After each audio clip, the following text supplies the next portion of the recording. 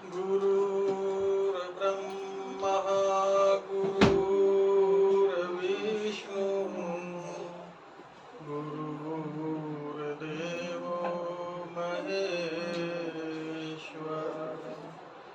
गुरुर्साक्षात् परब्रह्म तस्मै श्री गुरुवे नमः। ध्यानमूलं गुरुर्मूर्ति पूजामूलं गुरुपदम् मन्त्रमूलं गुरुर्वाक्यम् मोक्षमूलं गुरुकृपा। अखण्डमण्डलाकारं व्याप्तं येन चराचरं तत्पदं दर्शितं येन तस्मै श्रीगुरुवे नमः। त्वमेव माता च पिता त्वमेव बन्धुश्च सखा त्वमेव त्वमेव विद्या द्रविणं त्वमेव सर्वं मम देवदेव। ब्रह्मानन्दं परमसुखदं केवलं ज्ञानमूर्तिम् द्वन्द्वातीतं गगनसदृशं तत्त्वमस्याधिलक्ष्यम् एकं नित्यं विमलमचलं सर्वधी साक्षीभूतं भावातीतं त्रिगुणरहितं सद्गुरुं तं नमामि। बोलिए श्री सद्गुरुदेव भगवान की जय। कर्पूर गौरम करुणावतारम संसार सारम भुजगेन्द्रहारम सदा वसंतं हृदयारविन्दे भवं भवानी सहितं नमामि। भवं भवानी सहितं नमामि। बोलिए शंकर भगवान की जय। हरे राम राम राम हरे हरे हरे राम राम राम हरे हरे हरे कृष्णा कृष्ण कृष्ण हरे हरे हरे कृष्ण कृष्ण कृष्ण हरे हरे हरे राम राम राम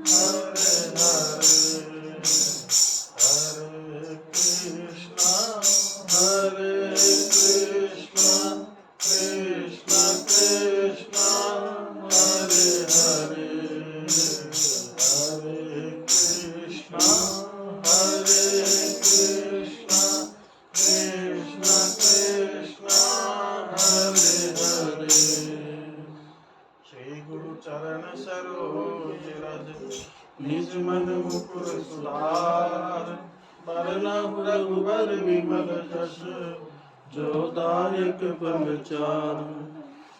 जटा मुकुट सुर सरित सिर, लोचन नलिन विशाल, नीलकंठ लावण्य निधि, सोहपाल विधुबाल। कथा प्रारंभ होत है, सुनो वीर हनुमान, आकर आसन लीजिए, तेज पुंज बल धाम। सियावर राम जय जय राम, मेरे प्रभु राम जय जय राम। कुपथ कुतर्क कुचाल कली, कपट दंभ पाखंड, दहन राम गुण क्राम जिमि, हिंदल अनल प्रचंड। सियावर राम जय जय राम, मेरे प्रभु राम जय जय राम। चरित राकेश कर, सरिस सुखद सब काहू, सज्जन कुमद चकोर चित, हित विशेष बड़ लाहु। सियावर राम जय जय राम, मेरे प्रभु राम जय जय राम। कीन्ही प्रसन्न जेहि भांति भवानी, जेहि विधि शंकर कहा बखानी। सो सब हेतु कहब मैं गाई, कथा प्रबंध विचित्र बनाई। जेहि यह कथा सुनी नहीं होई, जनिया चरज कर सुनि सोई। कथा अलौकिक सुनहि जे ज्ञानी, नहीं आचरज करहि अस जानी। राम कथा के मिति जग नाही, अस प्रतीत तिनके मन माही। नाना भांति राम अवतारा, रामायण सतकोटि अपारा।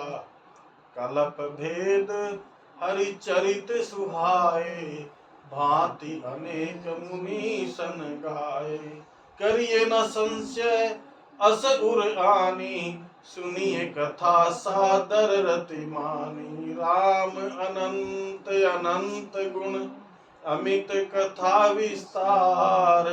सुनिया चर जन मानिहि, जिनके विमल विचार। सियावर राम जय जय राम, मेरे प्रभु राम जय जय राम। एहि विधि सब संशय करि दूरी, सिर धरि गुरु पद पंकज धूरी। पुनि सबहि बिनवहु कर जोरी, करत कथा जहि लाग न खोरी। सादर शिवहि नाई अब माथा, बरनउँ बिसद राम गुण गाथा। संवत 1631 करऊँ कथा, हरिपद धरि सीसा। नवमी भौर बार मधुमासा, अवधपुरी यह चरित प्रकाशा।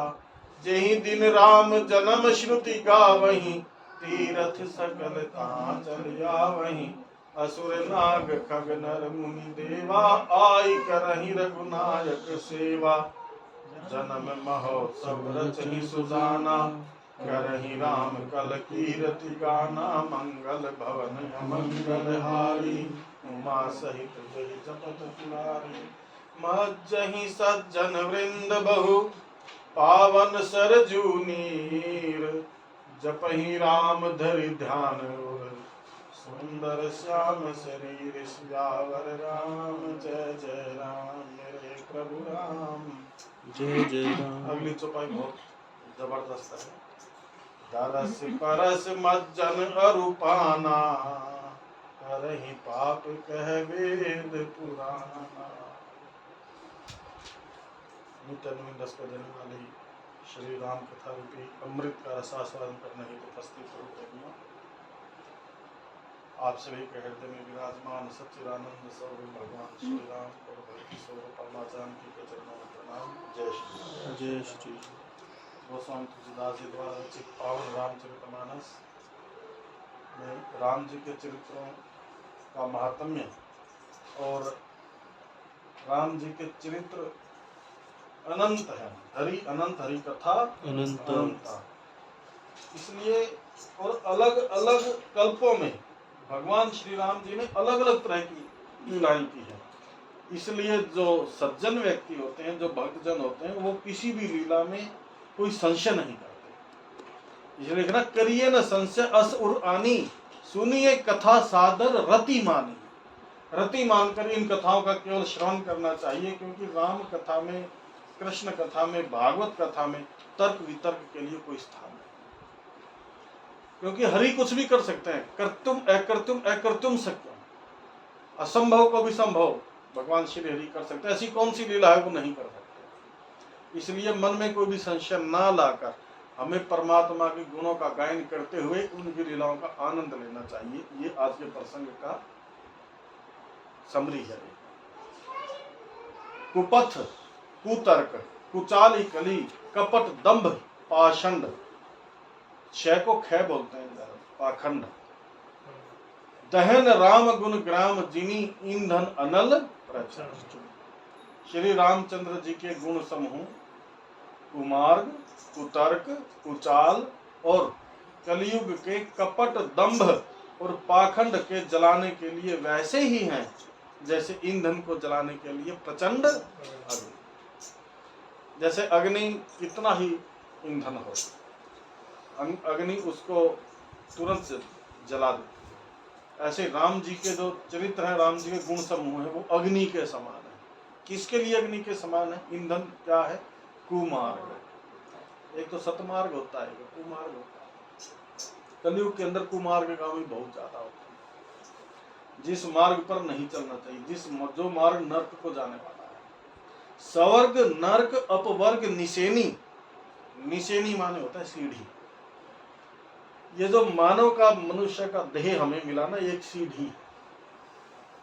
इस सीढ़ी को आप चाहे नरक के द्वार पे लगा दो, नरक पहुंचा देगी।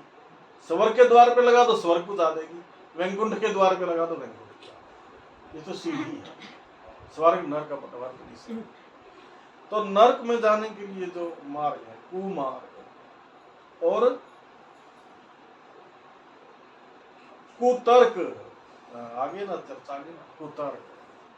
कलयुग में तर्क कुतर्क बहुत है, इफ एंड बट कलयुग के अंदर बहुत ज्यादा है। जो समझाने की कोशिश करते हैं संत, वो नहीं समझते। हम दृष्टांत में उलझ जाते हैं, सिद्धांत को नहीं समझते। जबकि सिद्धांत को समझाने के लिए संत, महात्मा या ग्रंथ हमें दृष्टांत देते हैं। संसार के दृष्टांत केवल सिद्धांत को समझने के लिए। अब हम प्रिंसिपल को तो समझते हैं, सिद्धांत को तो समझते नहीं है, और दृष्टांत में अटक कर खड़े हो जाते हैं। तो कुतर्क के लिए कोई स्थान नहीं, तर्क कुतर्क के लिए कोई स्थान नहीं। जो लोग कहते हैं ना कि तर्क कुतर्क होना चाहिए और जिज्ञासा होनी चाहिए, प्रश्न भी होने चाहिए, वास्तव में रामचरितमानस को अगर हम ध्यान से पढ़ते लिखते, वो शॉर्टकट वाले व्यक्ति होते हैं हमारे विचार से, जो हमने संतों को, जिनको सुनकर हम यहाँ तक पहुंचे। ये मार्ग शॉर्टकट नहीं है। अगर कोई शॉर्टकट से इस मार्ग पे जाना चाहे तो शॉर्टकट नहीं है। ये मार्ग तो करत करत अभ्यास के जड़मती हो सका। जितना ज्यादा अभ्यास करेंगे उतने ज्यादा प्रश्नों के उत्तर अपने आप हमें मिलते जाए। हम क्या करते हैं, प्रश्नों के उत्तर पहले ढूंढने की कोशिश करते हैं, जबकि अगर आप पूरी रामचरितमानस का अध्ययन कर लेंगे, इसकी गहराइयों में चले जाएंगे, तो वो सारे के सारे प्रश्नों के उत्तर हैं ही सारे। वो सारा काम हमारा ऑलरेडी भरद्वाज मुनि ने, गरुड़ महाराज ने और माँ पार्वती ने ऑलरेडी कर रखा है वो हमारे लिए काम। क्योंकि जो भी अध्यात्म के प्रश्न हैं, वो सारे के सारे प्रश्न उन्होंने रखे हैं रामचरितमानस में। वो सारे के सारे प्रश्न अर्जुन ने रखे हैं भगवान श्री कृष्ण के सामने गीता में। अब आवश्यकता किस चीज की? आवश्यकता उस कथा को जानने की है, सत्संग को जानने की है, ना कि तर्क कुतर्क करके प्रश्न पे प्रश्न पूछने। यद्यपि ये बात हरे को अच्छी नहीं लगती, क्योंकि बहुत सारे लोग कहते हैं जिज्ञासा होनी चाहिए और प्रश्नोत्तरी भी होनी चाहिए। जबकि रामचरितमानस का मार्ग, और खासकर जो मेरा मार्ग संतों के साथ जो हम यहाँ तक पहुंचे, उसमें प्रश्न का कोई, हमें केवल आदर के साथ इस कथा को सुनना है। हमारा मन भटकाव की तरफ जाता है, इसलिए वो प्रश्न पे प्रश्न करता है।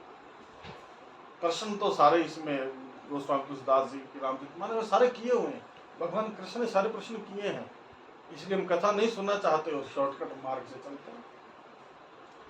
और एक बात और है, चलो एक बार हमने क्वेश्चन कर लिया, किसी संत से प्रश्न पूछ लिया, उसने उत्तर दे दिया, क्या उस पर चले हम? फिर दूसरे के पास जाएंगे, फिर उसको दूसरा, हम परीक्षा लेते फिरते हैं। हमारा मन इतना बहुआयामी हो गया। एक संत में निष्ठा हो गई और संत से उस प्रश्न को पूछ लिया हमने, उस प्रश्न का उत्तर मिल गया, क्या हमने उस पर निष्ठा कर ली? उस पर भी निष्ठा नहीं होती करने से। इसलिए गोस्वामी जी ने ना इसमें लिखा, करिए न संशय अस उर आनी, इस दोहे की अंतिम जो चौपाई है, सुनिए कथा सादर रति मानी।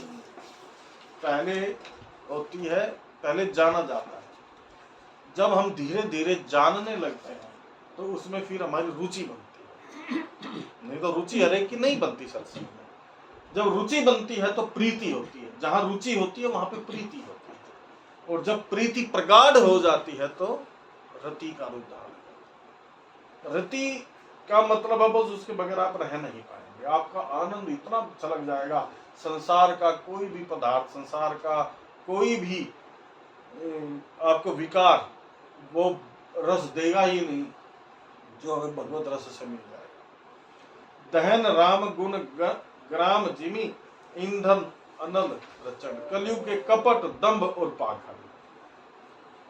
कपट, पट से कपट बनना है, पट होता है कपड़ा, कपट, कपट, इसमें कपट का मतलब होता है कि जो वास्तव में नहीं है उसको प्रदर्शित करना। कपट में और दंभ में बहुत थोड़ा सा फर्क है, कपट में, छल में, दंभ में। और जो आगे दंभ बताया गया, दंभ तो बिल्कुल वो चीज है जो हम है नहीं और वैसा दिखना, उसको दंभ बोलते हैं, जो हम वास्तव में नहीं है और वैसा दिखावा करना, दंभ। दंभ, कपट और पाखंड का कलयुग के अंदर बहुत ज्यादा प्रसार पड़ा। पाखंड का तो अर्थ बताया गया जो वेदों की बातों को नहीं मानता, पा माने वेद, खंडन, वेदों का खंडन करने वाला पाखंड। इन सब को जलाने के लिए, ये सब ईंधन है, इन सब को जलाने के लिए राम जी के गुण साक्षात अग्नि के समान। रामचरित राकेश कर सरिस सुखद सब काहू, सज्जन कुमुद चकोर चित हित विशेष बड़लाहू। राम जी के जो चरित्र है पूर्णिमा के चंद्रमा के समान है। पूर्णिमा का जो चंद्रमा होता है, पूर्णवासी का चंद्रमा, कितना सबको सुख देने वाला होता है, सबको आनंद लगता है। अमावस्या की रात किसी को अच्छा नहीं लगती, अमावस्या की रात जुगनू को अच्छी लगती है, क्योंकि जुगनू उसमें चमकना चाहता है। जुगनू क्या चाहता है? जुगनू चाहता है अमावस्या की रात हो, केवल इतना ही ना हो, बादल भी हो, खूब बादल हो और अमावस्या की रात हो, तो उसमें जुगनू को आनंद आता है, ताकि वो चमके जाए अंधेरे में। लेकिन भक्तजन तो राम जी के चरित्र पूर्णिमा के चंद्रमा के समान है, सबको सुख देते ही देते हैं, लेकिन कुमुदनी और चकोर के लिए विशेष हितकारी है। संत चकोर करही जिमी पाना, चकोर तो लगातार उन किरणों का पान करता है। तो राम जी के जो चरित्र हैं, कहने का मतलब ये कि चकोर और कुमुदनी क्या है, वो भक्त है राम जी के। आनंद तो सबको मिलता है, लेकिन वो आनंद नहीं मिलता जो कुमुदनी को और चकोर को मिलता है। वो आनंद आम आदमी को नहीं मिलता। इसलिए राम कथा आनंद तो सबको देने वाली। अब कहीं भी राम कथा करेंगे सबको अच्छा ही लगेगा, लेकिन जो भक्त जन होते हैं ना, वो तो चकोर जैसे, वो चातक जैसे होते हैं। कीन प्रसन्न जही भांति भवानी, ये देखो आ गया ना यहाँ। जिस प्रकार श्री पार्वती जी ने श्री शिव जी से प्रश्न किए और जिस प्रकार शिव जी ने विस्तार से उनका उत्तर कहा, वह सब कारण मैं विचित्र कथा की रचना करके गाकर कहूंगा। मैं अपनी तरफ से कुछ नहीं कहूंगा गोस्वामी तुलसीदास जी ने, मैं केवल उन्हीं वही प्रश्न जो पार्वती जी ने किए और भगवान शंकर ने जो उत्तर दिए उसी को मैं गाकर कहूंगा। इसलिए रामचरितमानस पद्य में है, गद्य में नहीं है, कविता रूप में। सो सब हेतु कहब मैं गाई, वो सब मैं विचित्र कथा गा कर सुनाऊंगा। जेहि यह कथा सुनी नहीं हुई, जिसने यह कथा पहले नहीं सुनी है वो इसको सुनकर आश्चर्य ना करे। जो ज्ञानी इस विचित्र कथा को सुनते हैं वे यह जानकर आश्चर्य नहीं करते कि संसार में राम कथा की कोई सीमा नहीं। राम कथा अनंत है। उनके मन में ऐसा विश्वास रहता है और नाना प्रकार के श्री रामचंद्र जी के अवतार हुए हैं और 100 करोड़ तथा अपार रामायण है। नाना भांति राम अवतार क्या, अलग अलग कल्प में अलग अलग त्रेता आते हैं और हर त्रेता में राम जी का अवतार होता है और अनेक अवतारों में वो एक ही तरह की लीला करते हैं, ऐसा नहीं है।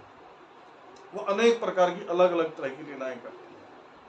इसलिए कल्प भेद के कारण से कई बार लीलाओं में भेद आ जाता है पुराणों के अंदर। हम जब पुराण में पढ़ते हैं, एक पुराण में कुछ और लिखा होता है तो दूसरे पुराण में बिल्कुल आपको लगेगा कि उल्टा लिखा होता है। वो अलग अलग कल्पों की अलग अलग कथाएं, इसलिए भेद आ जाता है। और जब हमने रामचरितमानस का प्रारंभ किया था ना, उसमें एक चौपाई आई थी सत्संग की महिमा जब स्टार्ट हुई, आपको याद होगा, मज्जन फल पे कहीं तत्काला काक होई पिक बकऊ बराला। मज्जन फल पेखिए तत्काला, सत्संग का फल तत्काल मिलता है। ऐसा नहीं है कि सत्संग हमने अभी सुना और इसका फल कल मिलेगा, परसों मिलेगा। इसकी फलश्रुति आनंद है। और जब हम सत्संग सुनते, राम कथा सुनते तो आनंद में होते हैं, तो तत्काल मिलता है इसका। मज्जन माने जो कि उसमें डुबकी लगाता है। देखो, जो केवल शरीर से बैठता है उसको तो नपा तुला लाभ होगा ही होगा, ऐसा तो है ही नहीं कि लाभ ना हो, बट वो नपा तुला ही होगा। जैसे स्कूल में जाते हैं, शरीर से तो सब जाते हैं, अब ध्यान से मन से कितना टीचर की बात सुन, इतना हमारा ध्यान पढ़ाई में, उतना उतना वहां से मिलेगा उसको। इसलिए मज्जन कहा गया, डुबकी लगा। मज्जन माने डुबकी लगाना। मज्जन फल पेखिए तत्काला, भाई शरीर से तो आ गए लेकिन इसने डुबकी लगाई है। अब जो हरकी पौड़ी पे भी पहुंच गया और डुबकी ना लगाई तो उसको क्या पता फिर गंगा जी का स्नान का क्या आनंद होता है। ऐसे राम कथा रूपी गंगा का स्नान का आनंद क्या होगा उसको, जब उसके अंदर डुबकी नहीं लगाएगा तो ऊपर ऊपर से देख के आ जाएगा, फिर आके बताएगा। रामचरितमानस में चर्चा आएगी भी 2-3 दिन के बाद। फिर वो अपने वापिस गांव में आके कहेगा कि अरे वहाँ तो बस इतनी भीड़ थी, ऐसा वहाँ का दोष गिनना शुरू कर देगा। वास्तविक रस वहाँ से वो लेकर नहीं आएगा। मज्जन फल पेखिए तत्काला, तत्काल इसका फल मिलता है। काक होई पिक बकऊ बराला, कौवा कोयल बन जाता है और बगुला हंस बन जाता है। बाहर से रंग नहीं बदलता, भीतर से ढंग बदल जाता है। कौवा कोयल कैसे बन जाता है कि जब तक व्यक्ति सत्संग में नहीं आता, राम कथा नहीं सुनता, उसका जो कठोर वाणी होती है, कर्कश वाणी होती है, उसके बाद वो कोयल की वाणी यानी मीठी वाणी में बदलनी ही चाहिए। अगर नहीं बदली है, इसका मतलब आपने मज्जन नहीं किया सत्संग। हम गए जरूर सत्संग में, लेकिन सत्संग में हम राम कथा में हम मज्जन नहीं कर पाए, डुबकी नहीं लगा पाए। अगर डुबकी लगाई है तो गोस्वामी तुलसीदास जी गारंटी लेते हैं इस चीज की कि हमारी जो काक वृत्ति है वो पिक वृत्ति में, कोयल की वृत्ति में तब्दील होनी ही चाहिए। अगर नहीं होती है, हमारी अभी कठोर वाणी बनी हुई है, भाषा कठोर वचन हम अभी भी बोलते हैं, जैसे कौवा कर्कश वचन बोलता है, तो फिर सोचना पड़ेगा, पुनर्विचार करना पड़ेगा। काक हुई पिक और बकऊ मराला। बकऊ का मतलब है बगुला, बगुला हंस बन जाता है। माने किम करते हुए विमूढ़ता से निर्क्षीर विवेकता की तरफ हमारी यात्रा होनी चाहिए। इसलिए रामचरितमानस है ना, हमें सुनने पे जितना जोर देती है, श्रोता होने पे जितना जोर देती है, उतना ही जोर जीवन में क्रियान्वित करने में। वो चीज हमारे व्यवहार में आए। समाज में हम रह रहे हैं तो कैसा हमारा व्यवहार होना चाहिए। दोष दर्शन करने की हमारी दृष्टि खत्म होनी ही चाहिए, नहीं तो फिर सत्संग में मज्जन होने नहीं। जब कभी हमें ऐसा लगे ना कि हम किसी निंदा चुगली राग द्वेष में हम इन्वॉल्व हो रहे हैं, क्योंकि सत्संग से ही ये विवेक होता है। जाने ते छीजही कछु पापी, सत्संग में जाने से सबसे बड़ा लाभ ये होता है कि भक्त को पता चल जाता है, साधक को पता चल जाता है कि अब काम आ रहा, अब क्रोध आ रहा है, अब मेरे को लोभ हो रहा है। नहीं तो आम आदमी को तो ये पता ही नहीं चलता कि मैं लोभी, कामी और अहंकारी हूँ।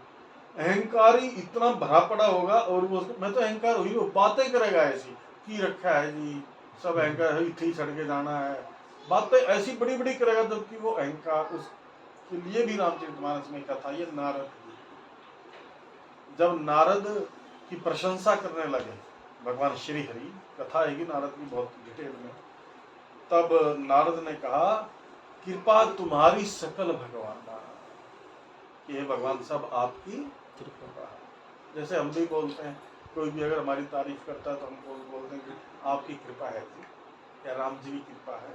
लेकिन जो खास बात है वो अगली अर्धाली में, अगली चौपाई में है।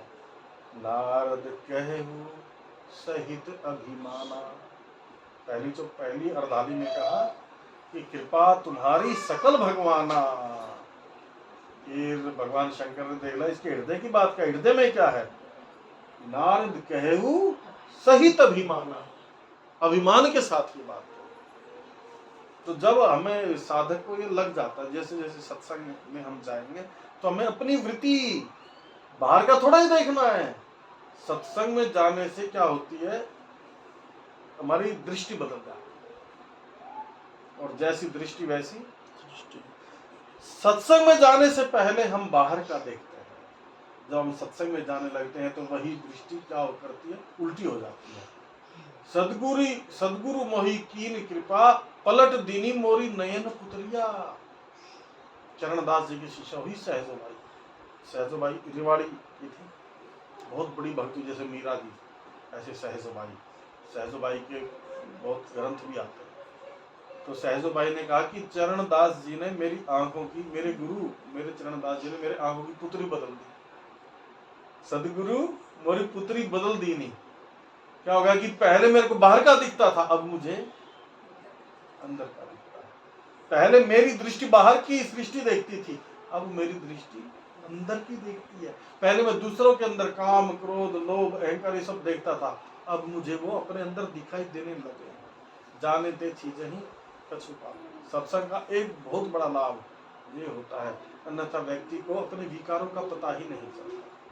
इस सत्संग ही एक ऐसा आईना है जिसे हम अपने अंतःकरण के विकारों को अथवा तो अंतःकरण के आनंद को हम देख सकते हैं, क्योंकि जीव अंतर्मुखी होने लगता है, बहिर्मुखी की तरह। मज्जन फल पेकिए तत्काला, का कोई टिक बकऊ मराला।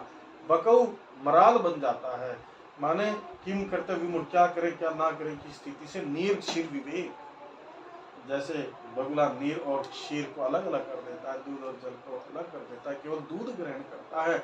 ऐसे ही यद्यपि ये संसार गुण और अवगुण से सान के बना है, दिन है तो रात भी है, भक्त है तो अभक्त भी है। अगर यहाँ पर काशी है तो मगहर भी है, स्वर्ग है तो नवर्ग भी है, फूल है तो कांटे भी है, अच्छे हैं तो बुरे भी हैं। इस तरह ये संसार ना द्वंद्व से मिलकर बना है। लेकिन संत जन क्या करते हैं, जैसे हंस केवल दूध ग्रहण कर लेता है, पानी को छोड़ देता है, संत जन केवल गुण ग्रहण कर लेते हैं और गुणों को, इसलिए तुरंत ऐसा असर होता है। अब जो मैं कहना चाहता था वो इससे अगली चौपाई है। सुनी आचरज, वहीं पे ही सत्संग की जो महिमा थी वहां पर, सुनी आचरज करे जनी कोई।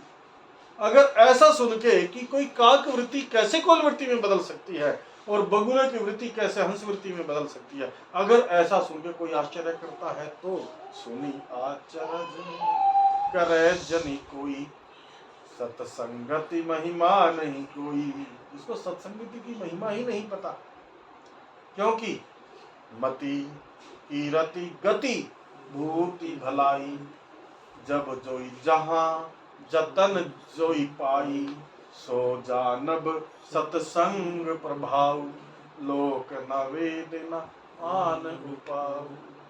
वाल्मीकि नारद घट जोनी, निज निज मुखन कही निज होनी, बिनु सत्संग विवेक न होई, राम कृपा बिन सुलभ न सोई। सत्संगति दुर्लभ संसारा, निमिष दंड भरी एक हुबारा। सत्संग की महिमा जिनको नहीं पता वही आश्चर्य करते हैं। ऐसे ही यहाँ कहा कि इस कथा की महिमा जिनको नहीं पता वो आश्चर्य करते, जेही यह कथा सुनी नहीं होई, जनी आचरज कर सुनी सोई। कथा अलौकिक सुनहि जे ज्ञानी, जो ज्ञानी जन इस विचित्र कथा को सुनते हैं वो कभी आश्चर्य नहीं करते। नहीं आचरज करहि अस जानी, नहीं तो आश्चर्य हो जाएगा कि भगवान कृष्ण को क्या आवश्यकता थी माखन चुराने की, राम जी को विलाप करने की क्या, जिसको यही नहीं पता कि मेरी पत्नी का हरण कौन करके ले गया, और हरि तो सर्वत्र है, सब कुछ जानते हैं। चलो ये बात तो ठीक है, नर रूप में लीला कर रहे हैं और पत्नी का हरण हो गया, विलाप कर रहे हैं, तो एक साधारण व्यक्ति होंगे, चलो दशरथ के राजकुमार लगा लो, अब वो रोता है, लेकिन ऐसा तो कोई साधारण व्यक्ति भी नहीं करता कि किसी की पत्नी गुम हो जाए और वो पत्थरों से और हिरणों से पूछे। राम जी ने तो कहा, हे मधुकर, मधुकर माने भंवरा, हे मधुकर से हे खग मृग, हे मधुकर श्रेणी, हे खग पक्षियों, हे खग मृग, मृग माने हिरण होता लेकिन मृग का सभी उसमें आ जाता जो जानवर होता है। हे खग मृग, हे मधुकर श्रेणी, भौरों की पंक्तियां तुम ही बता दो, हे मधु, हे खग मृग, हे मधुकर श्रेणी, तुम देखी सीता मृग नैनी, का मृग मृग जैसे नैन वाली सीता तुमने देखी है। माने इसका मतलब तो ये हो गया कि जैसे साधारण व्यक्ति बावड़ा हो जाता है और उसको ये भी नहीं पता चलता कि मैं पूछना किससे है, साधारण व्यक्ति भी नहीं पूछेगा लताओं से पत्थरों से, लेकिन ये तो इतने प्यार में इतने हो गए इनको पता ही नहीं है, तो ये भ्रम कैसे हो सकता है। फिर बाद में दिखाया इस पूरी अरण्यकांड की जो विलाप लीला है उसकी फलस्वरूप उसकी जो कारण है राम जी ने इसलिए नहीं की, उन्होंने कहा कामिन कह दीनता दिखाई और वैरागी कह वैराग्य दृढ़ाई, कि कामी व्यक्तियों की दीनता दिखाई है राम जी ने ऐसा करके। कामी का गुरु कामिनी, लोभी का गुरु दाम, कबीरा का गुरु संत है और संत का गुरु राम। कामी का गुरु तो कामिनी होती, जैसे कामिनी कामी को कहेगी उठ बंदरी बैठ बंदरी, वो वैसा उठ बंदरी बैठ बंदरी करने लगेगा। जो कामुक व्यक्ति होता है कामिनी ही उसकी गुरु होती है। कामी का गुरु कामिनी, तो लोभी का गुरु दाम, कबीरा का गुरु संत है और संत का गुरु राम। तो करके दिखा, कामिन के दीनता दिखाई। जब भगवान श्री राम जी,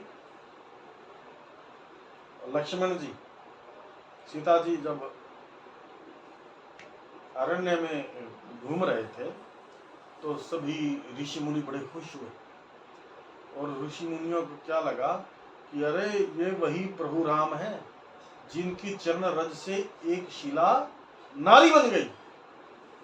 अहिल्या चरण कमल रज चाहती, कृपा करहु रघुवीर, ये वही राम जी हैं जिनकी चरण रज से एक शिला नारी बन गई। तो सारे के सारे जो ऋषि मुनि थे वो भी बड़े बड़े पत्थर उठा के उन्हें रख दिए सामने, रास्ते में रख दिए कि राम जी यहाँ से आएंगे और वो इनको स्पर्श करेंगे। अपने आप खुद साधन भजन करते हुए इतना टाइम बीत गया, देखो हाथ भी जलने लगे, रोटियां बनाते बनाते। एक नारी होगी कम से कम खाना बनाएगी, और इनके चरण रज में तो जादू है। और तब भगवान श्री राम जी ने वो लीला वहां की उनको दिखाने के लिए कि आप जो समझते हो कि गृहस्थ में सुख ही सुख है, ऐसा नहीं है। देखो मैं गृहस्थ हूँ, मेरी पत्नी का हरण हो गया तो मैं कैसे रो रहा हूँ, ऐसे रोना भी पड़ता है गृहस्थ में। ऐसे करके दिखाया, कामी की दीनता दिखाई और वैरागी क्या वैराग्य दृढ़, ऐसा कामिन क्या दीनता दिखाई, वैराग्य वैराग्यन की वैराग्य दृढ़ है। राम जी की हर लीला के पीछे कोई ना कोई रहस्य है, इसलिए लिखा गोस्वामी जी ने, जेहि यह कथा सुनी नहीं कोई, जनिया चरज कर सुनी सोई। कथा अलौकिक सुनहि जे ज्ञानी, नहीं आचरज करहि अस जानी। राम ऐसा जानकर वो आश्चर्य नहीं करते, कैसा जानकर कि राम कथा के मिति जग नाही। राम कथा की कोई सीमा नहीं, अनंत है। अस्य परतीति तिनके मन माही। राम जी अनंत है, राम जी की कथाएं अनंत है। अरे इनको तो छोड़ो, राम जी की प्रकृति भी अनंत है। जैसे मैं यहाँ बैठा हूँ और आप वहाँ बैठे हो, अगर मैं यहाँ हूँ तो आप लगेगा कि मैं आपकी दक्षिण दिशा में बैठा हूँ, ठीक है। लेकिन अगर मैं यहाँ से उठ के वहाँ चला जाऊँ तो मैं आपके उत्तर दिशा में हो जाऊँगा। लेकिन उत्तर और दक्षिण ये जो दिशा है ये कैसे सेट हुई? अब उत्तर का कोई छोर तो होना चाहिए। यहाँ से जहाज अगर चले एरोप्लेन तो जाए तो अंत ही नहीं ढूंढ पाएगा, कुछ अंत है नहीं। अंतरिक्ष, उसके पास पता नहीं कितने ग्रह, फिर दूसरा ब्रह्मांड, दूसरे सूर्य। ये जो सूर्य जो है ना हमारा, ये तो अब साइंटिफिक भी प्रूफ हो चुका, हमारे संतों ने तो हजारों साल पहले भी किया। ये जो हमारा सूर्य है ये 400 करोड़ सूर्यों में सबसे छोटा सूर्य है। कितनी आकाशगंगा में अभी इतनों का तो पता चला है, बाकी पता नहीं कितने हैं। 400 करोड़ सूर्य हैं, कहना आसान है करोड़, 1 2 3 100 फिर 1000 10,000 लाख 10 लाख 400 करोड़ सूर्य हैं। और उन सूर्यों में ये सूर्य सबसे छोटा है जो इस एक ब्रह्मांड में, इस सौरमंडल में हमें दिखाई देता है। और ये सूर्य हमें कितना दिखाई देता है आंखों से? थाल भर जितना दिखाई देता है, परात जितना दिखाई देता है। कितना बड़ा है धरती से? 13 लाख गुना, धरती से 13 लाख गुना बड़ा है सूर्य। और ये सारी जो प्रकृति है ये परमात्मा की एक छोटे से कोने में आती है। जब इस प्रकृति का ही अंत नहीं है, इसी का हमें नहीं पता कहाँ आदि और कहाँ अंत है, उस ब्रह्म का कौन आदि अंत कर सकता है? नहीं, मत करो वर्णन हर बेअंत है। जैसे अभी अर्जुन बता रहे ना कि गुण गाते गाते सब थक गए, लेकिन हर बेअंत है। ऐसे गुरु को बल बलि जाइए, आप मुगुद मोहे तारे। यहाँ समाप्त हो जाता है बस। ऐसे गुरु को बल बल जाइए, आप मुकुट मोहे तारे। फिर कथा की भी विश्रांति हो जाती है, फिर बिल्कुल चुप मौन की साधना। जब सदगुरु का ज्ञान पक्ष जाएगा, ये जितने भी ग्रंथ है ना सब जड़ हैं। गुरु ग्रंथ साहिब जी के बारे में कोई ऐसा अगर बोल देना तो सिख समुदाय का जीना आराम कर देगा। लेकिन है जड़, जड़ तो है ये, चेतन है क्या? नहीं, इसको चेतन करने वाला कोई संत चाहिए। संत इसको चेतन करता है इन चौपाइयों। नहीं तो ये जड़ रखी रहे, घर में ज्ञान हो जाएगा। किताबें तो पता नहीं, किताबें तो जड़ होती है, लेकिन उन किताबों को जो चेतन करता है वो संत होता है। अरे किताबें तो समुद्र की तरह है। वेद पुराण उदधि, उदधि माने समुद्र। वेद पुराण उदधि घन साधु। साधु क्या है? घन, घन माने बादल, साधु बादल। जैसे ऐसे तो पानी की कमी है ना, धरती पे दिख रहा है ना। ये दिल्ली वाले भी तो कितना कितना वो कर रहे हैं, प्रोटेस्ट चल रहा है, पानी नहीं है, ये छोड़ दो वो छोड़, पानी पीने की किल्लत, जल ही जीवन है आदि आदि। लेकिन 66% जल है धरती पे, पानी की तो कमी नहीं है। बट समुद्र का जल ग्रहण करने लायक नमकीन है, भारी, उसकी सिंचाई भी नहीं हो सकती, कपड़े भी नहीं धो सकते, उसको पी भी नहीं सकते समुद्र से जल। लेकिन वही समुद्र का जल जब मेघ उठाते हैं और मेघ जब बरसाते हैं, वो सुपाच्य भी होता है, सिंचाई भी कर सकते हैं, जल भी पीने लायक भी होता है।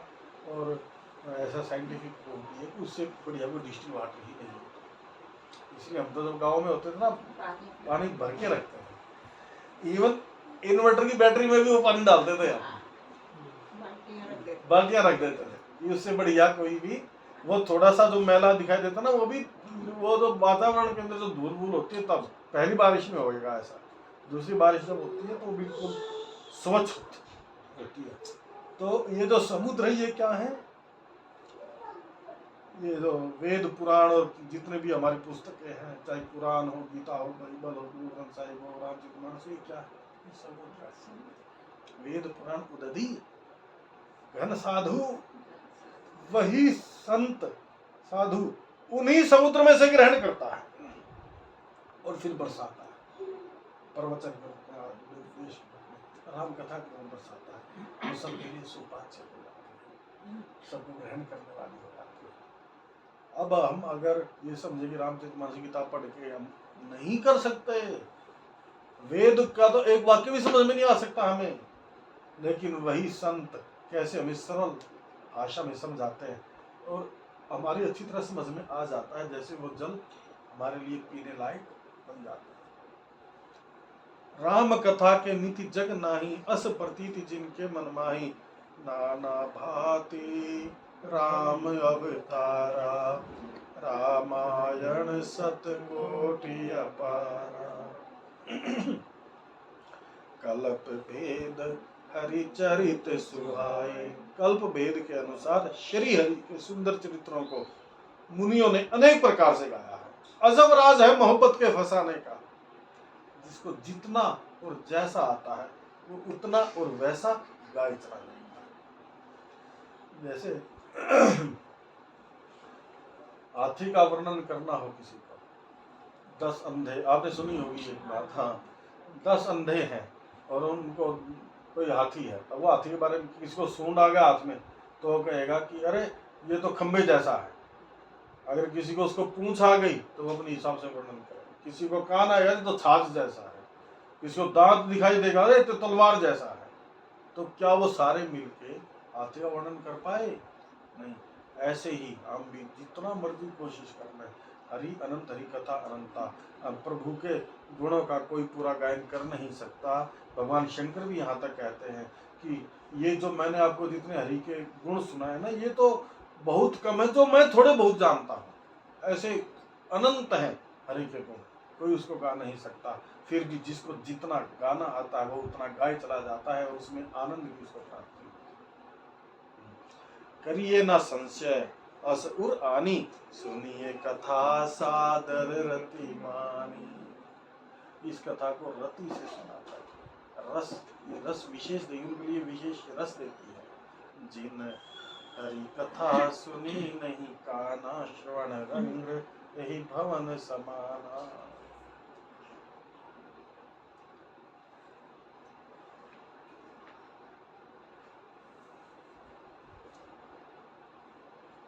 भीतर जो भगवत रस जो मिलता है ना, भगवत कथा में उतरने से मिलता है। रामचरित जे सुनत अघाही, रस विशेष ही जाना नहीं। राम जी के चरित्रों को, भगवान के चरित्रों को सुनते सुनते जो अघा जाते हैं, अघा जाते हैं, बोर हो जाते हैं कथा सुनते सुनते, रस विशेष ही जाना नहीं। उन्होंने भगवत रस को जाना नहीं। जो भगवत रस को जान लेते हैं वो राम कथा में बोर हो ही नहीं सकते।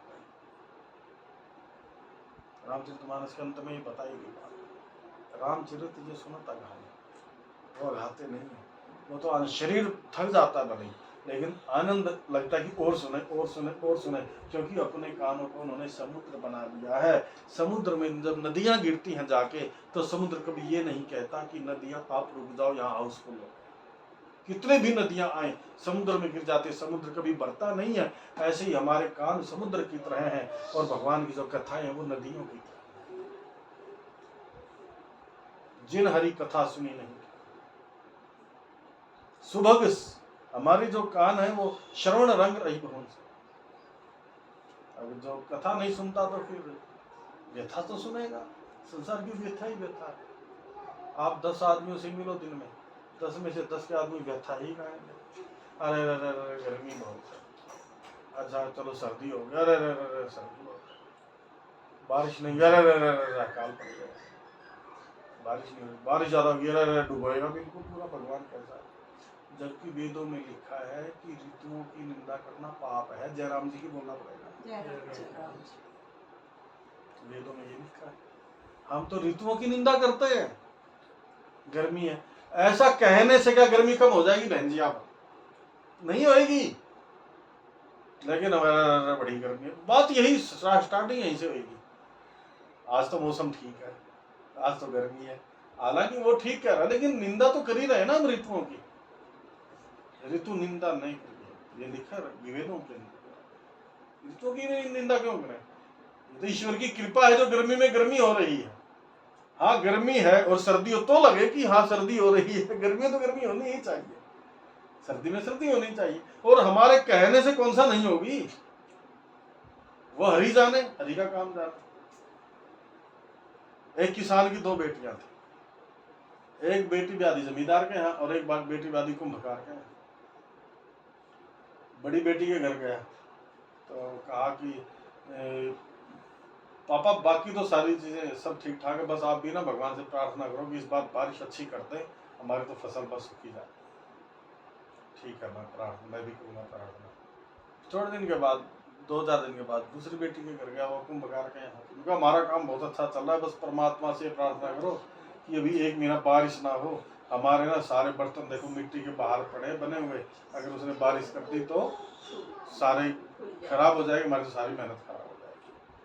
अब वो पापा किसान क्या करे, वो कहेगी होई सोई जो राम रचि राखा है, हे राम जी जो तेरे को अच्छा लगे वो करो। हम अपना अड़ा देते हैं, इसमें कोई गुंजाइश नहीं है करने की, हमें भगवान पे भरोसा नहीं, इसलिए हम करते हैं। मैं आपको ना बहुत बिल्कुल जो रति होती है ना कथा में, आप इतने दिन से आ रहे हो तो आपकी रति इसलिए आप आ रहे हो, जैसे 2 ही तो आ रहे हो तब से, तीसरे का तो प्रवेश ही नहीं है अभी, ऐसे थोड़ी ना प्रवेश हो जाता है। तो अनुभव मैं आपको कभी कभी बता देता हूँ, अन्यथा तो जब तक, अब हम साधक सिद्ध थोड़ा ही है, हमसे साधक है, साधक को अपना अनुभव बहुत जल्दी शेयर नहीं करना चाहिए, लेकिन भक्तों के सामने तो आपस में हम अनुभव शेयर करते थे ताकि हमारी जो भक्ति वो बढ़े, उसका उद्देश्य वो होना चाहिए।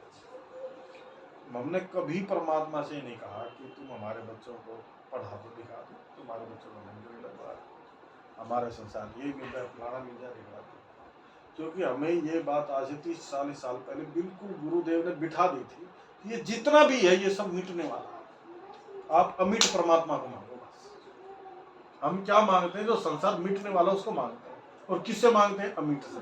जो अनंत है उससे हम अंत होने वाली चीजों को मांगते हैं, जबकि हमने क्या मांगना चाहिए कि हे प्रभु आपके चरणों में मेरा प्यार बना रहे, और कुछ नहीं चाहिए, क्योंकि कुछ काम नहीं आएगा।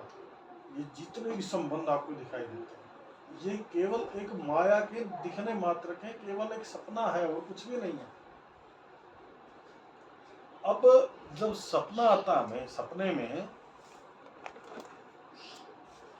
मैं हरिद्वार गया, सपने में आप और सपना लेके देखो, सपने में हम सपना आया, सुबह 4 बजे मैं हरिद्वार गया, हरिद्वार गए, गाड़ी से गए या ट्रेन से गए, हर की पौड़ी पहुँच गए, कपड़े उतारे, घड़ी उतारी, मोबाइल उतारा, गंगा जी में स्नान कर रहा हूँ, गंगा जी में स्नान कर रहा हूँ, और गंगा जी में स्नान कर रहा हूँ, और चिंतन है कि घड़ी और मोबाइल कोई उठा के तो नहीं ले जाएगा, वहाँ पे भी चिंतन है। और ये कहाँ हो रहा है सारा, ये सपने में हो रहा है। अब देखा, आया बाहर निकला, अरे मेरा मोबाइल किसने चोरी कर लिया, आँख खुल गई, एकदम आँख खुल गई, अरे ये तो सपना था, सपने में मोबाइल गुम हो गया। अब देखो दुख और सुख तो सपने में भी होता है, चीज गुम हुई, वो सपना तो मिथ्या हो गया, सपना तो समाप्त हो गया, लेकिन सपने की स्मृति तो बनी हुई है। जब सपना खत्म हो गया तो कुछ भी नहीं रहा ना सपने का, फिर भी जो सपने को जानता है वो तो रहा। इसलिए जब इस सृष्टि में कुछ भी नहीं रहता, एक होती है नैमित्तिक प्रलय, एक होती है नित्य प्रलय, एक नैमित्तिक प्रलय, एक आत्यांतिक प्रलय, एक महाप्रलय। महाप्रलय का मतलब है जब कुछ भी नहीं रहता, जब कुछ भी नहीं रहता तो इसको जानने वाला तो रहता कि कुछ भी नहीं रहता। शाम को मालिक था एक फैक्ट्री का, वो अपनी फैक्ट्री को शाम को निकलने लगा, ताला लगाने लगा बाहर से, उसने फिर अपने पियन को एक बार भेजा तो अंदर देख क्या कोई रह तो नहीं गया, फिर हम लोग लगा के चले, तो उसने ऊपर नीचे कमरा में इधर उधर देखा, अंदर से आवाज लगी सेठ जी कोई नहीं है अंदर। सेठ जी ने ताला लगाना शुरू कर दिया। तब उस आदमी ने कहा कि मैं तो हूं अंदर, मेरे को तो निकलने दो बाहर, कोई भी नहीं है अंदर, ये बताने वाला तो अंदर है। ऐसे ही जब देखो नित्य प्रलय होती है, हम जब सो जाते हैं प्रलय हो जाता है, इसको नित्य प्रलय बोलते हैं। सेठ सेठ नहीं, गरीब गरीब नहीं, माई माई नहीं, भाई भाई नहीं। अगर ऐसा सोच के हम सोएंगे तो नींद ही नहीं आएगी। सपोज मेरे पास 20 लाख रुपए रखे घर के अंदर और मेरे को लगता है कि यार कुछ और ना आ जाए, जब तक उसका चिंतन रहेगा तब तक नींद, ईश्वर की कृपा हमारा चिंतन वहां से हटाएगी तो नींद आएगी। सोने के बाद परले हो गई, फिर उठते उसको बोलते नित्य परले। एक होती है नैमित्तिक परले, किसी निमित्त की, जैसे भोपाल कांड, गैस कांड आ रहा है 1984 की बात है, शायद याद होगा ना, जो भोपाल में गैस कांड हुआ था, या अभी केदारनाथ में बहुत सारे लोग पीछे 5-7 साल पहले ही हुआ था। ऐसे ना नैमित्तिक, कोई ट्रेन दुर्घटना हो जाती है, 400-500 आदमी मर जाते हैं, उसको बोलते हैं नैमित्तिक परले, निमित्त होना पड़ेगा। एक होती है फिर अत्यांतिक परले। अत्यांतिक परले में ब्रह्मा जी का ब्रह्मलोक रहता है, शिव जी का शिवलोक रहता है, लेकिन यहाँ पे सारा जल मग्न हो जाता है, कुछ भी नहीं है। लेकिन जब महाप्रलय होती है उसमें ब्रह्मा जी का ब्रह्मलोक भी समाप्त और शिव जी का शिवलोक भी समाप्त हो जाता है, कुछ भी नहीं रहता। तब भी कोई रहता है, वो आत्मा, वो हरि भगवान श्री तब भी रहते हैं, वो अनंत है, इसलिए उसको अनंत बोलते हैं। वो खुद अनंत है तो उसकी कथाएं भी अनंत है। और वो अलग अलग कल्पों में अलग अलग जो युग होते हैं, त्रेता में जैसे भगवान कृष्ण द्वापर युग में आते हैं, तो एक ही द्वापर में आए ऐसा नहीं है, वो हर द्वापर में आते हैं और अनेक प्रकार की लीलाएं करते हैं, इसलिए लीलाओं में भेद आ जाता है। लेकिन जो भगवान के भक्त है महाराज, उनको इससे मतलब नहीं है, वो तो बस भगवान की लीलाओं का आनंद लेते हैं। भगवान हंसते हैं तो ठीक है, भगवान अगर विलाप लीला करते हैं तो उनको आनंद आता है। इसलिए 2 चीजें हमें याद रखनी चाहिए। एक तो जिसकी हम कथा सुनते हैं वो साक्षात अखिल ब्रह्मांड नायक पर ब्रह्म परमात्मा है, वो केवल एक राजा दशरथ के ही पुत्र नहीं है, या केवल एक देवकी नंदन ही नहीं है, वो तो अखिल ब्रह्मांड नायक है, जो आत्मा रूप में हमारे भीतर भी बैठे, उसकी कथा है। लेकिन दूसरा क्या ध्यान रखना है कि वो जो लीलाएं करे वो एक साधारण नर लीला है, जो एक साधारण व्यक्ति करता है। मर्यादाओं, इसलिए मर्यादा पुरुषोत्तम कहा जाता है, मर्यादाओं को स्थापित करने के लिए। पति की क्या मर्यादा है पत्नी के प्रति, संत कहते हैं रामचरितमानस में हर एक के लिए चिट्ठियां लिखी हुई है। सास के लिए भी चिट्ठी लिखी हुई है कि तेरे को कैसी एक अच्छी सास बनना है, कौशल्या की चिट्ठी। बेटा कैसे बनना, वो भी बेटों के लिए चिट्ठी है। समधी कैसा होना चाहिए, वो भी चिट्ठी लिखी है उसमें। गुरु कैसा होना चाहिए, वो भी चिट्ठी लिखी है। लेकिन हमारी समस्या ये है कि हम अपनी चिट्ठी नहीं पढ़ते, हम हूं तो मैं ससुर, चिट्ठी पढ़ता हूँ सीता की, हूं तो मैं शिष्य, चिट्ठी पढ़ता हूँ है ना, हूं तो मैं बेटा, चिट्ठी पढ़ता हूँ मैं बाप की, हूं मैं भरत, चिट्ठी पढ़ता हूँ राम की, बड़े भाई। रामचरितमानस हमें सिखाती है हम अपनी अपनी चिट्ठी खोल के देखें। कहीं मैं किसी का बेटा हूं तो मुझे बेटे वाली चिट्ठी खोलनी है, लेकिन जब मैं पिता हूं तो पिता की चिट्ठी खोलनी है। सबकी चिट्ठियां लिखी हुई है। फिर कहते हैं देखो रामायण में ऐसा लिखा, छोटा भाई हो तो भरत जैसा हो। अरे भाई, वो छोटे भाई के लिए चिट्ठी है, तू तो बड़ा भाई है ना, तू राम जी की चिट्ठी पढ़ कि बड़े भाई को कैसा होना चाहिए। ये देख बड़ा भाई कैसा, अरे छोटे भाई के लिए अयोध्या जैसे राज को फुटबॉल बना दिया, और तो 4 इंच की जगह के लिए कोर्ट में चला गया लेके अपना वो मुकदमा। गांव में भाई भाई के बीच में क्यों झगड़ा होता, जमीन के ऊपर ही होता है मैक्सिमम, बस जमीन के ऊपर झगड़ा होता है। जबकि ये पता है दोनों एक ही उधर से आए हैं। कमाल की बात देखो, सहोदर इसलिए तो बोलते हैं, सहोदर का मतलब एक ही गर्भ से पैदा हुए, एक ही गर्भ से पैदा हुए। और जब मैं था 10 साल का और मेरा भाई था 8 साल का, तो मैं बोलता मेरे भाई को कोई ऐसे भी करते तो मैं ऐसे खड़ा हो जाता था। आज मैं उसी भाई के लिए मुकदमे की अर्जी लेके कोर्ट में खड़ा हूँ, जय राम जी की बोलना पड़ेगा। ऐसी हालत है। इसलिए जो रामायण को पढ़ता है ना, तो रामानंद सागर जी ने जब रामायण लिखी तो उन्होंने अपना एक जब साक्षात्कार हुआ, इंटरव्यू हुआ, तो उसमें एक बहुत बढ़िया बात बताई कि मेरे को बहुत आनंद आता है जब मेरे मुसलमान भाई ना मेरे को चिट्ठी लिखते हैं कि हमारा भाइयों में झगड़ा था, लेकिन जब हमने रामचरितमानस की कथा सुन देखी आपकी, तो हमारा भाइयों का झगड़ा, कितने कितने लोगों के घर फंस गए।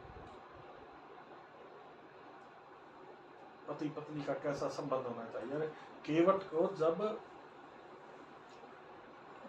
उतराई देने लगी ना, तो राम जी तो संकोच में खड़े हो गए कि मैं क्या दूं इसको, मेरे पास तो है ही नहीं कुछ, मैं क्या दूं। कहना नहीं पड़ा, सीता जी ने तुरंत अपनी, ऐसा भाव होना चाहिए भाई भाई के प्रति, कैसा भाव होना चाहिए। राम जी ने कुछ कहा नहीं था, राम जी को केवल, राम जी के माथे में ना केवल एक चिंता की लकीर दिखाई दी लीला में लक्ष्मण ने। कब? जब भरत चतुरंगनी सेना को लेकर चित्रकूट की तरफ आ रहा था। भरत जब चतुरंगनी सेना को लेकर चित्रकूट की तरफ आ रहा था, तो राम जी के चेहरे पे चिंता की लकीरें दिखाई दी लक्ष्मण ने। राम जी ने कुछ कहा नहीं, तब लक्ष्मण ने कहा भैया क्या बात है। राम जी ने एक ही बात, भरत आ रहा है। कब भरत आ रहा है, तुरंत अपना तीर कमान निकाल लिया कि अब तो रण होगा। अगर राम जी ने कहा कि नहीं, मिलने आ रहा है, मिलने आ रहा है, तो मिलने अगर आ रहा है, प्यार में अगर आ रहा है, तो फिर चतुरंगनी सेना की क्या आवश्यकता है लाने की। तो चतुरंगनी सेना क्यों लेकर आए थे? इसलिए लेकर आए थे ताकि आदर भाव से नहीं, वहां जाके तिलक करना है, राज तिलक करना है राम जी का चित्रकूट में, और जब तिलक होता तो चतुरंगनी सेना साथ में होती, इसलिए लेकर आए थे, भाव ये था। लेकिन राम जी के जो चेहरे पे चिंता के जो चिन्ह थे, वो इसलिए थे कि भरत आएगा। और एक बार भी अगर भरत ने कह दिया ना कि भैया तुम चलो, मैं उसको मना नहीं।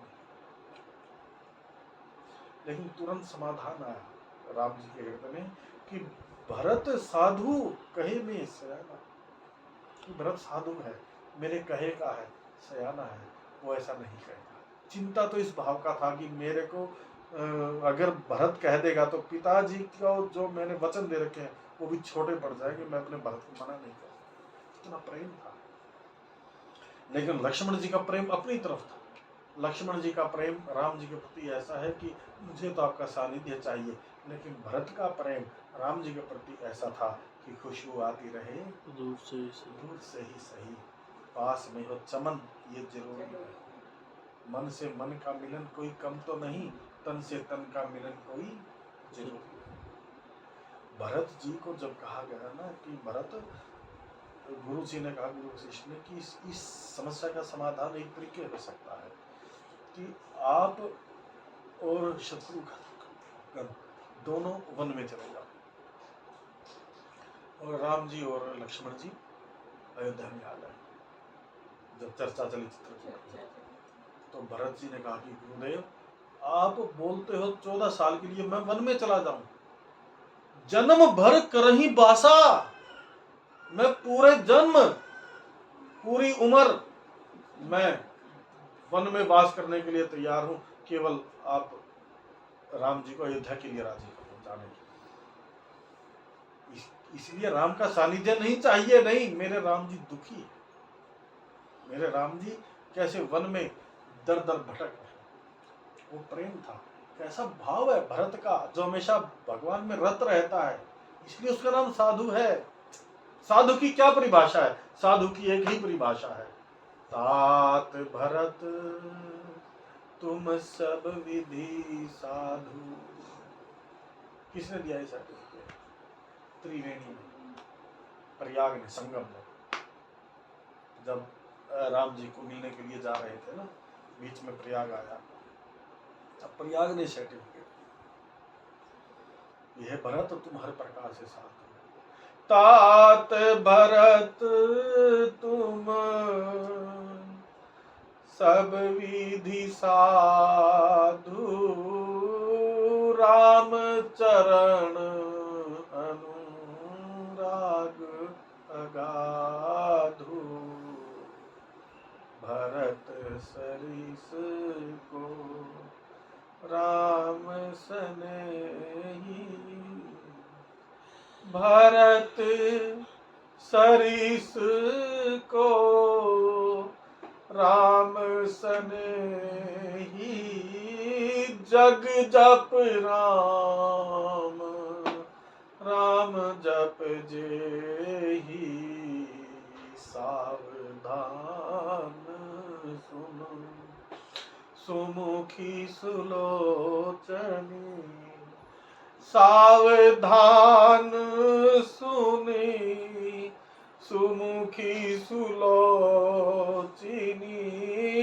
भरत कथा भव बंध विमोचनी प्रणव प्रथम भरत के चरणा मोह जनित संशय सब हरना। सर्टिफिकेट दे दिया, प्रमाण पत्र दे दिया कि भरत तुम हर प्रकार से साधु हो, क्योंकि राम के चरणों में आपका प्रेम अगाध है। राम चरण प्रेम अगाध, जाले चलोगे। एक बार भी भरत ने ये नहीं कहा राम जी से कि राम जी आप चलो अयोध्या में, कह नहीं पाए, क्योंकि ये लगता था कि राम अगर मैं कहूंगा तो राम जी मना नहीं करेंगे, अपने प्रभु को मैं धर्म संकट में डाल दूं, मैं कैसा दास हूं प्रभु का, ऐसा भाव भरत का। एक बार भी नहीं कहा, केवल भरत ने कहा कि महाराज कोई अवलंब दीजिए ताकि मैं इस समय को निकाल दूं। तो प्रभु करी कृपा पावरी दीनी, और सादर चरण सादर शीश भरत धरनी। प्रेम ऐसा होना चाहिए। प्रेम में प्रेमास्पद को देना होता है, लेना नहीं होता। आजकल तो लेने का वासना को प्रेम कहते हैं। ये वासना है कि बस मेरे को मिल जाए मिल जाए, लेने का नाम प्रेम नहीं है। प्रेम, हम तो कोई किसी को कुछ देते हैं तो उसको याद दिलाते हैं, देख मैंने तेरा इतना किया था, वो प्रेम नहीं है। प्रेम में तो केवल देना ही होता है, लेने का नाम प्रेम नहीं। वो प्रेम जानते ही नहीं है प्रेम क्या होता है। इसलिए परमात्मा से प्रेम वही है। परमात्मा का नाम किस लिए लेते हैं? केवल अपने आनंद के लिए। मेरा प्रभु बस राजी हो जाए, उसकी रजा में मेरी राजी है। भरत जी ये नहीं चाहते कि मेरे को सानिध्य मिले राम जी का, भरत जी चाहते हैं कि मेरे राम जी हमेशा आनंद में रहे। राम चरण अनुराग अगाध, इसलिए दोहे में लिखा है राम अनंत अनंत गुण अमित कथा विस्तार, सुनिया चरजन मानिए जिनके विमल विचार। जिनके निर्मल विचार है वो आश्चर्य नहीं करते, क्योंकि हरि अनंत हैं, हरि के गुण भी अनंत है, राम जी के गुण भी अनंत है। अमित कथा विस्तार, उनकी कथाओं का विस्तार भी अलग है। दो प्रकार से कथाएं की जाती हैं। ये वक्ता का अपना अधिकार है कि वो किस कथा को व्यास रूप में गाए और किस कथा को समास रूप में गाए। कई बार बहुत बड़ी कथा को एक ही वाक्य में पूरा कर दिया जाता है, वो कथा का समास रूप होता है। और कई बार एक ही वर्ड के ऊपर, एक ही शब्द के ऊपर 3-3, 4-4 घंटे कथा हो जाती है, वो कथा का व्यास होता है। किस कथा को समास रूप में और किस कथा को व्यास रूप में गाना है, ये अपना एक वक्ता का अधिकार होता है, व्यास का अपना एक अधिकार होता है। दूसरा, अगर कोई सच्चा व्यास की बैठने वाला परमात्मा भक्त होगा ना, उसका बंधन में नहीं डाल सकते। बंधन में डालने का मतलब है कि जैसा आप चाहे उसे वैसी कथा नहीं करा सकते। वो जो परमात्मा की प्रेरणा होती है वो वैसी ही कथा करता है, इसलिए बंधन में नहीं डालते। जैसे बंधन में डाल देते हैं ना कि फला व्यक्ति आए हैं, ये 10 मिनट तक कथा करेंगे, समय का बंधन नहीं होता, इसलिए लिखा जाता है हरि इच्छा। कई जगह लिखा होता है ना कि हमारे यहाँ सत्संग है 9 बजे से लेके हरि इच्छा तक। अगर आपने वहां लिख दिया 9 से 10, ये ऐसे तो हम लिख देते हैं यहाँ, तो अपने ग्रुप में वो एक अलग मैटर है। ऐसे तो हमने बांध दिया वक्ता को बांध दिया, तो फिर कथा का विस्तार उसके हृदय में। राम जी भगवान शंकर ने जैसे ध्यान से हटे ना, तो करोड़ों चरित्र भगवान श्री राम जी के, भगवान शंकर के हृदय में आ गए। भगवान शंकर को ये डिसाइड करना मुश्किल हो गया कि मैं कौन से चरित्रों का बखान पहले करूं। ऐसे जब व्यासपीठ में बैठे कथा करते हैं तो परमात्मा पता नहीं कितने चरित्र हृदय के अंदर अपने आप ही समा जाते हैं। अब वो फिर वही बात बोलनी पड़ती है, अजब राज है मोहब्बत के फसाने का, जिसको जैसा और जितना आता है वो वैसा और उतना ही गाएगा। आज मैं सोच रहा था कि 3-4 दोहे करेंगे आज, क्योंकि अगला जो दोहा है ना उसमें रामचरितमानस का प्राकट्य हो रहा है। रामचरितमानस का संवत 1631, अभी कौन सा चल रहा है? 2080 चल रहा है। तो जो 2080 में से 1631 घटा दो, इतने साल हो गए इस रामचरितमानस में। 1631 में वही घटना घटी जो राम जी के प्राकट्य के दिवस पे घटी थी। 9वीं तिथि थी, मंगलवार था और अभिजीत नक्षत्र था। उस नक्षत्र में वही का वही समय, वही की वही तारीख घटी। कब? संवत 1631 में। और करहूं कथा हरिपद धरी सीसा, राम जी के चरणों में बैठ के, मैं राम जी के चरणों में मत्था टेक के अपनी कथा ये स्टार्ट कर रहा हूँ। यही विधि सब संशय कर दूरी, सिर धरि गुरु पज पंकज धूरी। क्या बात! गुरु कृपा ही केवलम शिष्य से परम। गुरु की कृपा बहुत जरूरी है। गुरु का ज्ञान, गुरु का सानिध्य, गुरु की दीक्षा बहुत जरूरी है। नहीं तो केवल अलगोजा है। अलगोजा समझते हो ना? हरिद्वार से नहीं लाते थे बजाने का, क्या वो अलगोजा जो बच्चों के लिए वो बांसुरी सी नहीं होती, लकड़ी की छोटी सी? नहीं, पीपनी तो वो होती है जो पीपी करके आती है। नहीं, फूल वाली नहीं, वो लंबी होती है, बांसुरी बोलते हैं ना। लकड़ी की भी होती है, उसको हरियाणा में अलगोजा बोलते हैं। ये अलगोजा ही है, बस केवल बजाना एक। और हमारे एक बलवान वशिष्ठ जी हमारे, क्या? अच्छा, ओह हाँ, कथा सुननी है। अच्छा, तो हमारे बोल रहे थे कि गुरु से दीक्षा नहीं ली, कि नहीं कोई गुरु नहीं है, कि नहीं, फिर क्यों लाठी का सोड़ बांधता है, फिर लग रहा है। तो अब उसका असली उद्देश्य तो ये था कि गांव में पहले संदूक इतने नहीं थे, तो आपको शायद नहीं देखा होगा, हमने तो देखा है कि गांव में जो बड़ी दहलीज होती थी, एक जिसको बैठे बोलते हैं, जिसको आजकल गेस्ट रूम बोलता है, इतनी दहलीज होती थी कि उसमें 20 खाट आ जाती थी। 10 खाट इस तरफ, 4 पाई, 10 इस तरफ आए। तो उसी के कोने में ना एक बांस लटका देते, इतना मोटा, कड़ी पे एक रस्सी इधर एक रस्सी इधर, उसमें रजाई को सोड़ बोलते हैं हरियाणवी में। तो क्यों फिर लट्ठे में सोड़ बांधा, एकदम गुरु का ज्ञान ही नहीं है। तो इस तरह हमारे बलवान वशिष्ठ जी हमारे एक वक्ता थे, वो बोलते थे जो हरि कथा है ना वो आनंद का विषय है, इसमें कोई बंधन नहीं है कि आपको ऐसा होना चाहिए, नहीं, ऐसी भाषा होनी चाहिए आपकी। जाट बजाय, गुजर बजाय, और चाहे बजाय अहीर, तुलसी राम के नाम में सबका उपस्थित। तो कैसे भी बजाय, तुलसी अपने राम को रीझ बजोया खीस, उल्टे सीधे जामेंगे पड़े खेत में कैसे भी। अरे रावण ने खींच के बजा और विभीषण ने रीझ के बजा। विभीषण को लंका का पति बना दिया और रावण को तो मुक्ति दे दी। खींचे तय मुक्ति दी और रीझे दीनी लंक। खींचे से मुक्ति दी और रीझे दीनी लंक।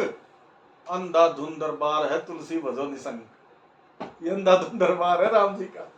कैसे भी करके परमात्मा का भजन, लेकिन प्रेम से बजेंगे तो भीतर से प्रेम का एक आनंद होता है। इसलिए कोई भी ग्रंथ है, कोई भी सत्संग है, सबसे पहले गुरु जी की वंदना की जाती है। सबसे गुरु गोविंद दोनों खड़े काके लागू पाए बलिहारी, गुरु जिन गोविंद देव मिला।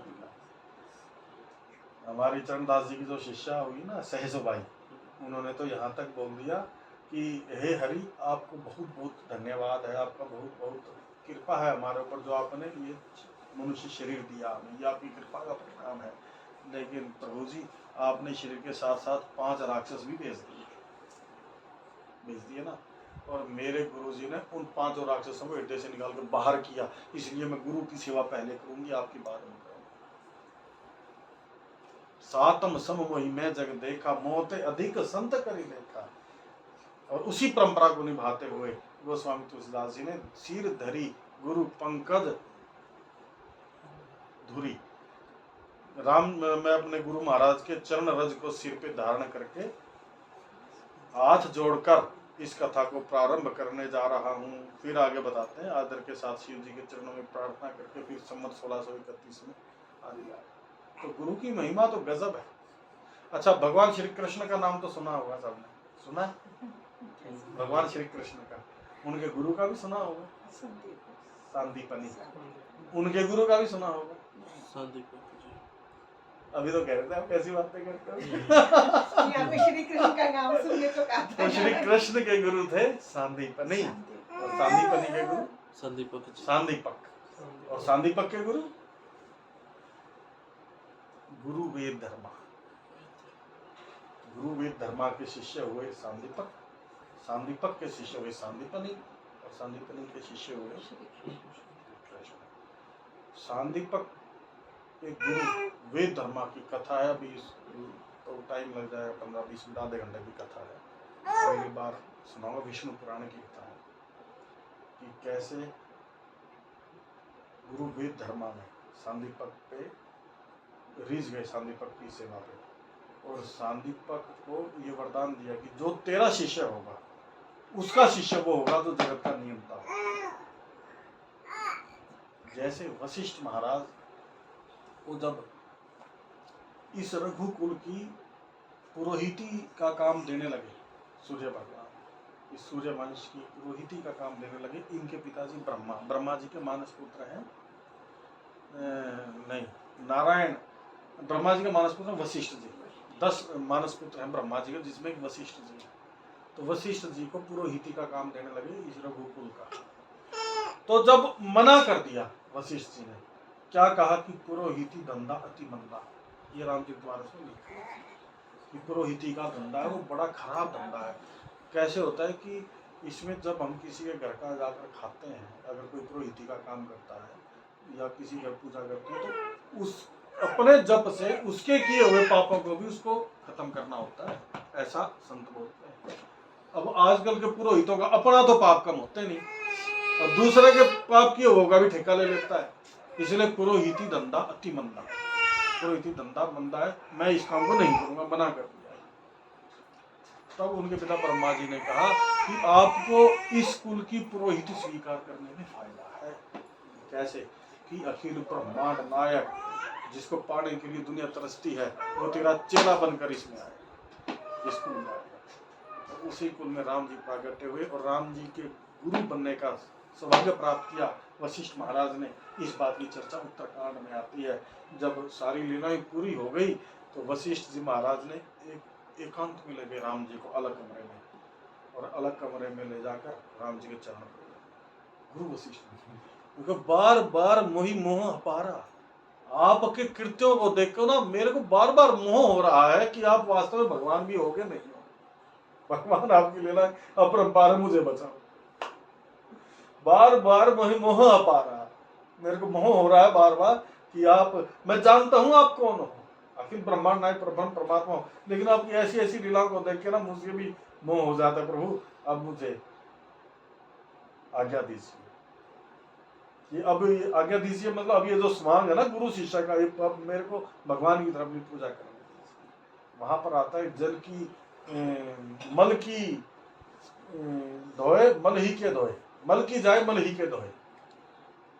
अगर हमारा हृदय मलिन है तो मलिन हृदय से मलिन वासना समाप्त नहीं होती, उसके लिए सत्संग करना होता है और अपने हृदय को पवित्र करना होता है। हमारे अंतःकरण में जो विषय विकार काम क्रोध लोभ अहंकार ये पड़े हुए हैं ना, सत्संग में जाकर ना इनकी सफाई होती है। एक बार इसलिए भगवान कहते हैं मन गुण गावत पुलक शरीरा गदगद गिरा नैन बहनी का।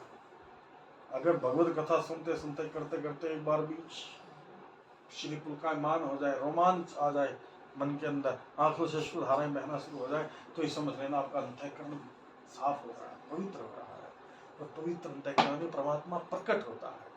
इसलिए संतों की पूजा की जाती है। इसलिए कहा जाए ना, घट घट मेरा साइया खाली घट नहीं कोई, बलिहारी वाह घट की जा घट प्रकट हो। है तो सभी के अंदर, लेकिन प्रकट नहीं होता। प्रकट कहाँ होता है? जिसका अंतःकरण पवित्र हो जाता है। और पवित्र अंतःकरण कौन से डिटर्जेंट से होता है? कौन से 9 लखा साबुन से होता है? वो तो केवल सत्संग के साधन से होता है। ये सत्संग गंगा है जो पाप जन्मों के धो देती, बिना पानी बिना साबुन यहाँ मन साफ होता है। और बस पवित्र अंतःकरण हुआ, स्पष्ट अंतःकरण हुआ, आपको गर्दन झुकाई और मुलाकात कर ली। वो थे ना मुझसे दूर, ना मैं उनसे दूर था, आता ना था नजर तो नजर का कसूर था। फिर आपको कहीं जाने की, मन ही आपका मंदिर है। बाहर के मंदिरों की अपनी एक व्यवस्था है, बहुत अच्छा है, जाना चाहिए। जो घर के बाहर मंदिर है, टोलिक मंदिर के पास मंदिर है, और भी बतेरे मंदिर है, वहाँ जाना चाहिए। उसके बाद फिर अपने घर में मंदिर बना रखा है वो भी, लेकिन जब तक अंतःकरण रूपी मंदिर में आप ज्ञान रूपी ज्योत नहीं जगाओगे। ज्ञान ज्योत किस लिए जलाते हैं भगवान के सामने? ये ज्ञान का प्रतीक है। ज्ञान रूपी ज्योति एक दिन हमारे हृदय में भी जल जाए, जलाते जलाते ऐसा दिन आ जाए। ये तो क्रिया है, जयराम जी की बोलना पड़ेगा, जय राम जी। एक क्रिया है। आपने ज्योत जगा दी, बस हो गया काम। जय जय जय भगवान, अगरबत्ती लगा दी, ऐसे ऐसे कर दिया। दुकान पे भी खोलते हैं लोग, दुकान पे ऐसे ऐसे करते हैं और फिर अपना सारा दिन लूटपाट करते हैं दुकान पे, क्या करते। और परमात्मा को भी पटाने की कोशिश कर रहे हैं। परमात्मा तुम्हारे अंतःकरण में बैठा है, वो उसको पता है तुम क्या सोच रहे हो। अंतर्यामी है वो, हमारे भीतर की जानता है। इसलिए स्पष्ट अंतःकरण जब हमारा होता है ना, इसलिए सत्संग किया जाता है। भीतर के मन का जब तक कुछ ना कुछ समाधान नहीं बनता, चोरी कपट ये सब चीजें अगर चल रही हैं, और बाहर का मंदिर आपका कुछ नहीं कर सकता। फिर दिखाने के लिए ढोंगी बाबा हम जरूर बन जाएंगे कि लोगों को दिखे कि हम भी जरा मंदिर में जाते हैं, हम भी मंदिर वाले हैं। वो बात अपनी जगह ठीक है, कसम राम की खाते हैं, मंदिर वहीं बनाएंगे, वो ठीक है, अच्छी बात है वो। लेकिन अपने अंतःकरण को पहले मंदिर बनाना होता, तब बाहर का मंदिर का बनना ठीक है। अगर अंतःकरण का मंदिर आपका नहीं अभी बना, वहाँ पर यात्रा नहीं है। इसलिए कहा जाता ना कि ज्योत से ज्योत जगाओ सदगुरु, ज्योत से ज्योत जगाओ। ज्ञान की ज्योत, एक सदगुरु से ज्ञान की ज्योत जब जल जाती है, बाहर की ज्योत नहीं जलाता, वो अंतःकरण के अंदर ज्ञान की ज्योत जला देता है। अंतर में युग युग से सोई चित शक्ति को जगाओ सदगुरु, ज्योत से ज्योत जगाओ। सांची ज्योत जगे जो हृदय में, सांची ज्योत माने ज्ञान की ज्योत, सांची ज्योत जगे जो हृदय में, सो हम नाद जगाओ सदगुरु, ज्योत से ज्योत जगाओ। जीवन में श्री राम अविनाशी, जीवन में मेरे सदगुरु अविनाशी, चरणन शरण लगाओ सदगुरु, ज्योत से ज्योत जगाओ। मेरा अंतर तिमिर मिटाओ, अंतःकरण का जो तिमिर है, अंधकार है, उसको मिटाओ। ज्योत से ज्योत जगाओ सदगुरु, मेरी ज्योत से ज्योत जगाओ। उसी ज्योत को जगाते हुए गोस्वामी तुलसीदास जी इस कथा को आगे प्रारंभ करना चाहते हैं। इस चौपाई को बस पूरा करते हैं। यही विधि सब संशय करी दूरी। इस प्रकार मैं अपने सब संशय को दूर करके, क्योंकि संशय सबको खाता है। संशय माने भीतरी संशय रहता है, ऐसा हो भी सकता नहीं भी हो सकता, ऐसा संशय है। संशय सबको खाता है, संशय सबकी पीड़, संशय की जो फाकी करे उसका नाम फकीर। हद टपे सो औलिया, बेहद टपे सो पीर, हद बेहद दोनों टपे उसका नाम फकीर। ऐसे फकीरी मस्ती में गोस्वामी तुलसीदास जी आकर फिर गुरु महाराज के चरणों में मत्था टेक के इस कथा को प्रारंभ करने जा रहे हैं। इन्हीं भावों के साथ कि जा सुना भवभेषज हरण घोर त्रैशूल, सो कृपाल मोहितों पर सदा रहे अनुकूल। मन में नाम तेरा रहे, मुख पे रहे सुजीत, हमको इतना दीजिए रहे चरण में